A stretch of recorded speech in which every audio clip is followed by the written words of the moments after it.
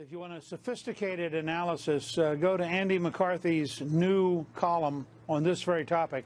McCarthy was the prosecutor in 1993 who convicted the terrorist who bombed the original World Trade Center bombing back in '93. He's had a 20-year experience looking at these things, does so as having been a professional Justice Department prosecutor. He thinks there's a lot here. He thinks that there are some very troubling things about how the executive branch under President Obama behaved, and he thinks it's absolutely worth digging out and understanding what went on. And he points out that it's very unlikely that the FBI happened to go in October to ask for a wiretap and got it from the FISA court with nobody in the Obama White House knowing they were doing it.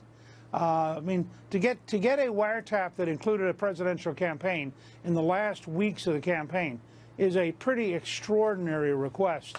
And that's McCarthy's point, that to think this happened to be done by some bureaucrats with no supervision, when you know, for example, that the Attorney General spent an hour in secret with Bill Clinton just before they dropped charges against his wife. And all this stuff smells to high heaven, despite the best efforts of the elite media to cover it up. Well, I mean, what about that? You just heard Mark Levin's commentary on this. Mark Levin was on Fox and Friends going through points of evidence that showed that the Obama administration did, in fact, make two requests to the Foreign Intelligence Surveillance Court, FISA, and the first one was denied, but then the second one was accepted. It sure looks like maybe look, the White House, the Obama White House, rather, has put out this statement basically saying, trying to distance themselves from this entire story, that they did not order any of this surveillance. But we know that there were requests to put in a wiretap at Trump Tower. Right. So when you look at it, and this is the point that Andy McCarthy makes this morning. You look at all this stuff, and you notice how carefully they worded. They didn't order it, okay? Did they know about it? Did they approve it? Did they allow the FBI to do it?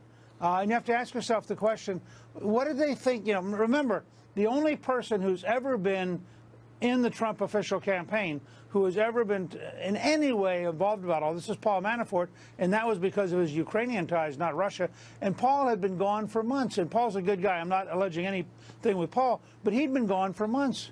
So what's their case? I mean, what the devil are they trying to do in this circumstance? Right. Right. Well, we still don't know what exactly they're suggesting. I mean, in any event, I mean, people have meetings with ambassadors and senators all the time, but we still don't understand what they're trying to charge in terms of these Russian meetings. But look at what Jon Favreau, who was a speechwriter for President Obama, points out, and he basically says, I would be careful about reporting that Obama said there was no wiretapping. The statement that the Obama White House released was that neither he nor the White House actually ordered it. So we are parsing words a bit here, aren't we? Well, and it's very funny if you think about it, because you have this circumstance. You know, if the New York Times had any hope of ever being neutral, one of the things they could do is simply print all of the pictures of all the Democrats meeting with the Russian ambassador.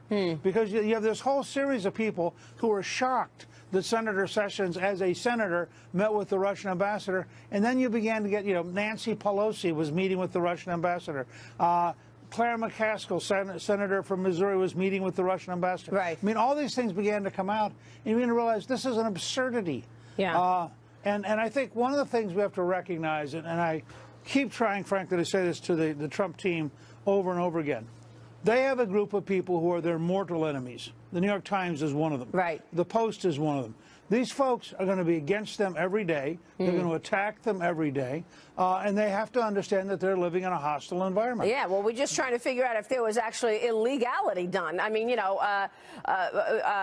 Corey Lewandowski told Judge Jeanine last night that then Senator Jeff Sessions was also wiretapped, and they were bugging his conversations as well. Well, let me just say, real quick, if they were actually wiretapping a United States senator, that is a very serious problem. Yeah.